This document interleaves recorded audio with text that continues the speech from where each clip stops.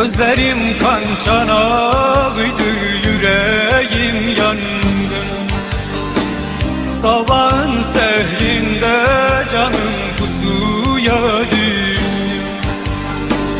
Güne değmeyen güneşin kızıl rengiydim. Sabahın sehrinde canım pusuya düştüm.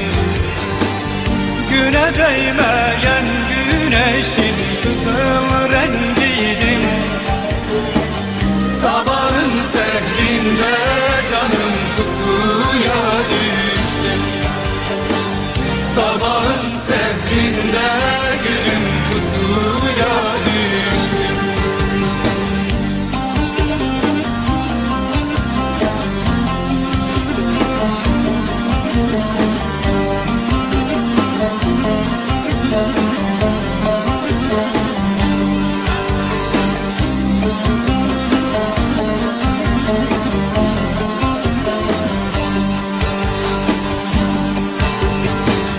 Fırtınalardan kopmuşum, öfke doluyum.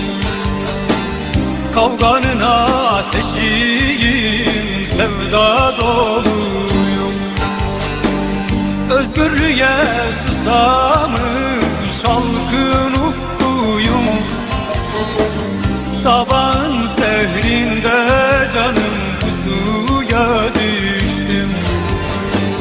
Özgürlüğe susamış halkın ufkuyum. Sabahın sehrinde canım pusuya düştüm. Sabahın sehrinde gülüm pusuya düştüm.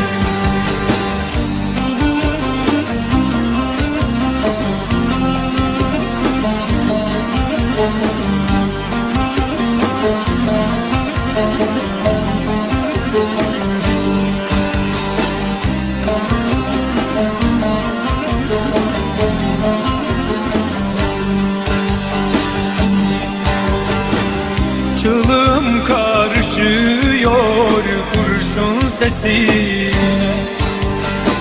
Altı yerden kan doluyor göğsüme. Sabahın kızıllığında güneşten önce.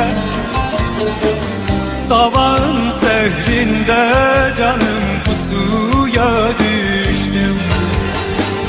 Sabahın